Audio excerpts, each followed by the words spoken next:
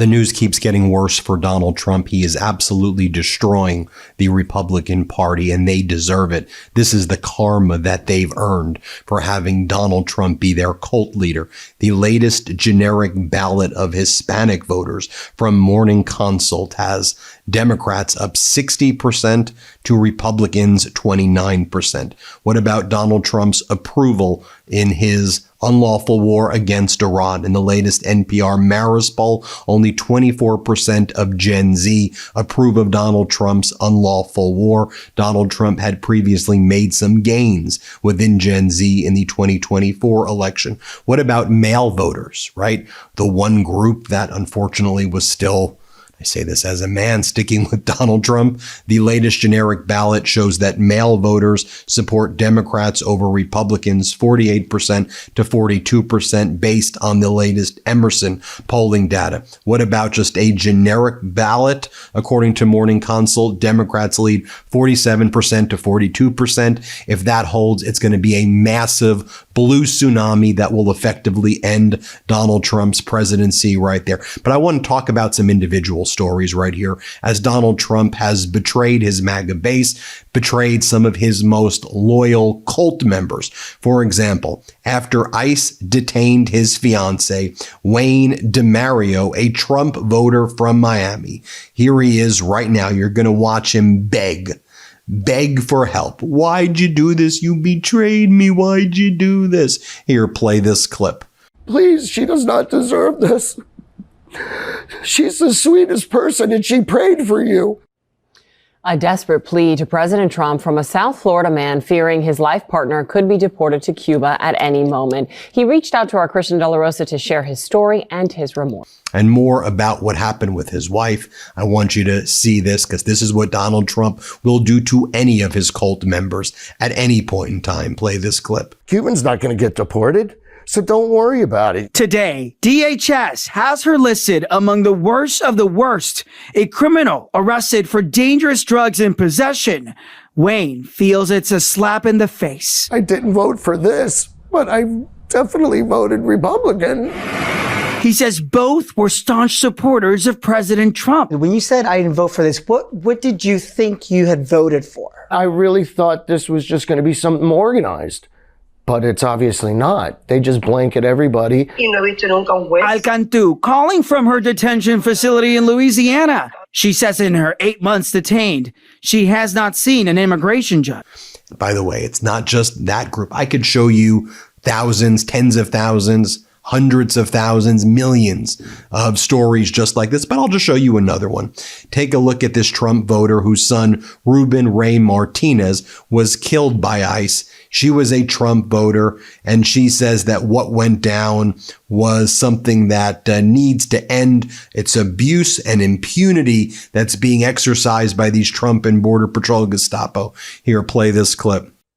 Everything was good. I don't understand why it had to be this way. Rachel Reyes' son, 23-year-old American citizen Ruben Ray Martinez, was killed by an ICE agent nearly 1 year ago. I was devastated and in disbelief. And it's bad enough to lose your child, but then to lose your child at the hands of law enforcement when they're supposed to be the ones to protect your child. ICE's involvement in Martinez's killing in March of 2025 was only publicly revealed in February, roughly 11 months later. Martinez was out celebrating his birthday with his best friend Joshua Orta in South Padre Island. ICE says one of its agents fired defensive shots into Martinez's vehicle after Martinez intentionally ran over another ICE agent. Is that something you think your son would have done? Absolutely not.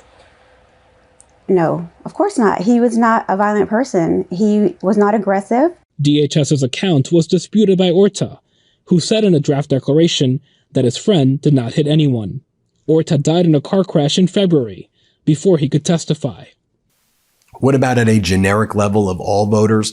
Do you approve or disapprove of Trump handling the war in Iran? Only 36% of Americans approve of Donald Trump's unlawful war in Iran, according to the latest NPR Marist poll. Just by reference as well, the war in Iraq began with 71% approval and at its lowest had 41% approval. The Trump war against Iran in little over a week, has approval of only 36%. And by the way, you're feeling it at the pump. You're feeling it with inflation. You're feeling it everywhere right now. The U.S. average diesel price has risen to $4.56 a gallon, the highest level since February 8th, 2023. These increases will likely start to slow for now. We'll see about that. Here's what MAGA Mike Johnson had to say on Friday. With all of this going on, with this war raging, the Republicans want you to know that actually peace is war, and we're not at war. Everything is great. Just a special operation. Here's what MAGA Mike had to say. Here, play this clip. We are not at war. We have no intention of being at war. The President and the Department of Defense have made this very clear. The Department of War has made it very clear. This is a limited operation. It's an operation that's limited in its scope and duration. It has a very clear mission, and that mission is nearly accomplished by all estimates. We are taking down Iran's ballistic missile capability, its stockpile, and its ability to produce more. They were doing that at a scale and a speed that was more than our regional allies could keep up with, and it was a serious and imminent threat to the United States. We don't need to relitigate all that today, but also we wanted to take down the capability of their Navy, and all of that has been very successful. So this needs to continue. It would have been a very dangerous gambit to take the Commander-in-Chief's ability away to complete this mission. It would have been a very serious misstep by Congress, and I'm grateful that resolution failed.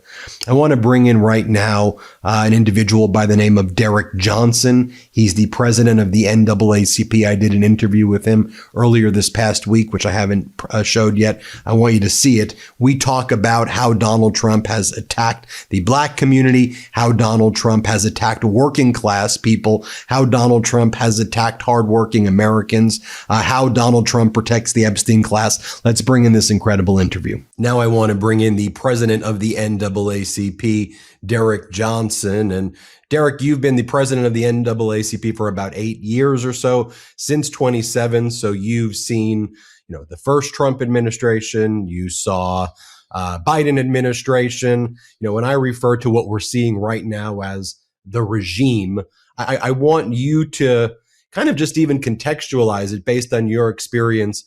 How bad is this regime from what you're seeing, and its assault on Black communities as well, but just in general, from your leadership position, what you're observing? Well, what we are witnessing for this second term is an administration that's much smarter than the first term. They have people who are much more capable. They spend the last 4 years prior to coming to office studying government in a way in which they knew many of the pressure points to hit. And it's having a very negative impact on American citizens. Race is a tool or distraction. The tax policy bill that was passed last year was the crown jewel. And that crown jewel was a fight that started back in 1932, and you look forward. And they were not able to radically change tax policy until last year because they were so much smarter in how they govern. Their coded language, which is not all that coded, of, stop the woke, stop the DEI.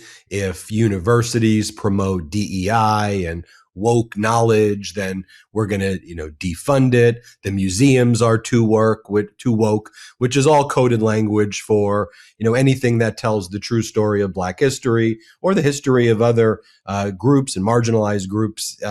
Get rid of it and quite literally whitewash it. And so how do you address it? How do you think about it? How do you deal with it at the NAACP? Well, I'll start with the fact that this is class warfare, and race is only a tool for the most wealthiest individuals on the globe to divert our tax dollars for their profit. But when you start otherizing communities such as African American community, the females or LGBTQIA, you distract people from what the fight is really about. Who gets taxed, who's not taxed, what those tax dollars are spent on, and regulatory oversight. And so that's the real fight here. And so as an organization, we have to stay focused on that, as we also are very attuned to race being used as a tool to distract and distort. And I might say a very effective tool.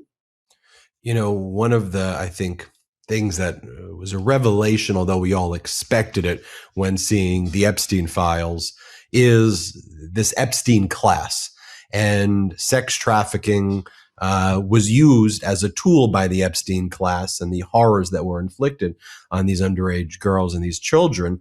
And while they were blackmailing each other and using sex trafficking as the currency, though, they seemed to be plotting how to destroy and create chaos, frankly, throughout the world's stability and markets, because they viewed within the chaos their right-wing oligarchs and their form of authoritarianism, that they could profit off of it. So like seeing that coordination behind the scenes was something that came into full clarity, although we think we knew it was there. Talk to us about that. I think the Epstein files and what we are learning and still learning was a well-coordinated act of treason. If you think about how they use blackmail to get policymakers to act outside of the best interests of this nation and our Constitution, that's treason. January 6th was an act of treason. The Civil War was an act of treason. But the sustained effort of individuals being leveraged to undermine our democracy, undermine the stability of our economy, and do all the things that we're doing is something that, unfortunately, we won't get a chance to hold people accountable under this administration, on top of exploiting underage girls. It is unfortunate that we're here. It's unfortunate that these files were not released under the Biden administration, or for that matter, prior to that. And so we're going to have to dig out of this deep hole. And people around the globe, they're watching this nation, which held a standard for every other country that we were not living up to. Talk to us about your perspective when you see Donald Trump at these events, and you know the damage. To your point, it's class warfare. So, as you say, the discrimination against Black communities or Latino communities are part of a broader attack on by right-wing oligarchs by otherizing people. But one of the things that we'll see Donald Trump always do when I cover all of his rallies, too much of them, quite frankly, he'll say, look, there is a Black lady over in Atlanta who wears a MAGA hat. And she says, and I see them saying, "You're the greatest president, Donald. You're the greatest president, Donald." And they almost use that image to be like, you see, I have support amongst the Black community because there was a Black lady wearing a MAGA hat. And I look at it and I'm like, how does this even how is this even being said? Like, what the heck is even going on here? Donald Trump presented to the oligarch class something they could have never done themselves. He has an appeal to the lowest common denomination of individuals who are the least educated or buy into the fear-mongering that has been able to take place. But if any of them actually sit and listen to his speeches, it's rambling. It makes no sense. But he says the right phrases, uses the right buzzwords at the right moment to appeal to the least educated or individuals who are educated but are under some illusion that he would not come after them and come after everyone else, or just fear-mongering.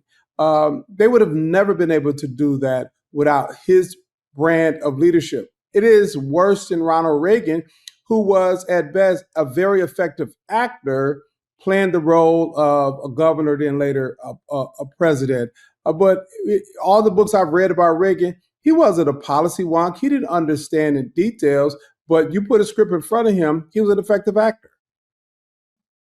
Talk to us about one thing. I want to talk about the SAVE Act, but the way the Trump regime tries to frame it is, look, if you present to voters the issue of voter security and we want to keep it safe, and you ask anybody, do you want voting to be safe and do you want voting security?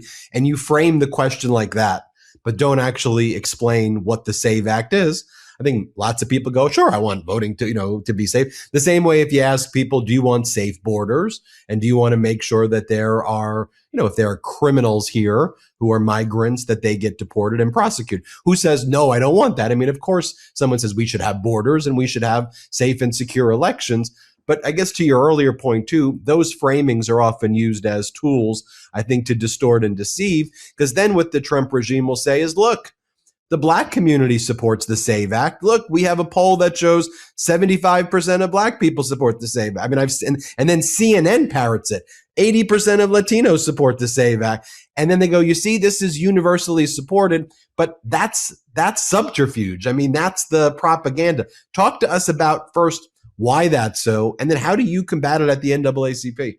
So first of all, the SAVE Act, when you look at the details of the bill, is a solution in search of a problem. There isn't a problem that this piece of policy will save, fix, or secure. And the top line, as you said earlier, everyone would say we want safe elections. Everyone would say we need to have secure elections. We all agree with that. But the real question is the details behind the bill.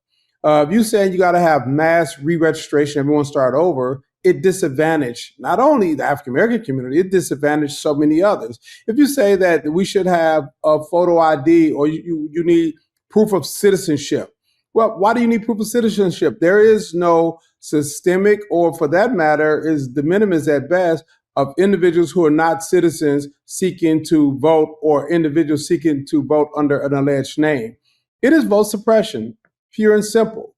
That what we are witnessing now are policymakers realizing that their public policy objectives and bills passed is so unpopular that they cannot win in a fair election. That's a full stop. And so for NAACP, we educate people as much as we can. This is not about the buzzwords or the title of the policy. This is about taking away a right to vote. And for these very same individuals, when you say you got to have a photo ID to vote, well, they will push back hard against having a national ID requirement to buy firearms. So this is not about saving or securing, because if you want to save and secure, what about all of the children who've been killed in mass shootings across the country? And the fix there is this universal ID or need a passport to purchase gun. This is about maintaining domination and control at the ballot box. You know, finally, one of the tragic things that, I've observed over the last 12, 14 months, and it really kind of happened right away, was how corporations, law firms, institutions, they really betrayed the American people, but I think also really betrayed Black communities in general. And like the experience that I had representing Colin Kaepernick was, I remember post George Floyd, all of these companies and law firms, were like, what can we do to help? How can we be here? We're on your side. And I just remember being on these Zoom meetings with, the top people, and Colin was there, and we were talking about ways to, stop systemic racism within these organizations. And what can we do? We want to donate money, the whole thing, like, look me in the face, and then, Trump comes in, and then all of a sudden seeing those exact same people basically say, we didn't mean any of that. We're actually against all of that. We retract any of it. And, I want to get your perspective on that too, like your reaction to how corporations have responded, because look, the pendulum swings, right? And these same people now who were rushing to help the NAACP or Know Your Rights camp on Kaepernick, who now went full Trump, rooting for authoritarianism, they may come back. We see how unpopular Trump is. They may come back and say, oh, that was a big mistake. We didn't mean that. So what do you tell them as the leader of the NAACP when those groups that clearly abandoned the NAACP and threw you under the bus in a year or two, and you probably see it already, come back and go, we messed up. We want to be around you. What do you do? Well, it's unfortunate, particularly for those companies that are consumer facing. The tale of two realities is Target versus Costco's. Target is struggling. They're going to have continued quarterly loss, while Costco's continue to grow. Brand awareness is deep in our community, and over time, some of these companies will not survive. We only represent 13% of the total population, while at the exact same time, we make up a significant number in terms of profit margins for some of these companies. And so there was no reason for Target to be wishy-washy on the issue of ensuring that diversity, equity, and inclusion is part of it. And you see the opposite with Costco's, whose profits have gone through the roof as a result of their position. The same thing with the law firms that capitulated to this administration, signing those bogus MOUs just for the short-term game of mergers and acquisition business, and the ones who just won in court last week and now still have their M&A business, but yet a stronger standing within the community. This moment won't last forever. We have become a much more diverse country. We have a set of companies that realize that, wait a minute, this is about the long term, not the short term. Diversity is their business model because their market growth are in all of our communities. And so for us, when those companies come back, is a real conversation. And for some of them, I don't think there isn't any coming back. Derrick Johnson, we appreciate you. Before we go, what else? We got over 6 million subscribers. If people want to help out the NAACP, if they want to get involved, what do people do who are watching this? We would love for you to come join us, be substainers, naacp.org. It's our website. We are on television with a commercial. We are needed more now than ever before. Part of what we do is to make democracy work for everyone. In our founding, it wasn't just about the African American community. It was many people sat around that table of founders. And during that time, no one was white. Because if you was Irish Catholic, you was not considered white, or Jewish was not considered white, or any number of communities that was outside of the WASP community. And over time, the class of whiteness opened up. And individuals who sat around the table realized that if we didn't have true representative democracy for everyone, this country would never become the country that was guaranteed under the Constitution. Derrick Johnson, president of the NAACP. So great to see you. Thank you for the opportunity. Everybody hit subscribe. Let's get to 7 million subscribers. Want to stay plugged in? Become a subscriber to our Substack at MeidasPlus.com. You'll get daily recaps from Ron Filipkowski, ad-free episodes of our podcast, and more exclusive content only available at MeidasPlus.com.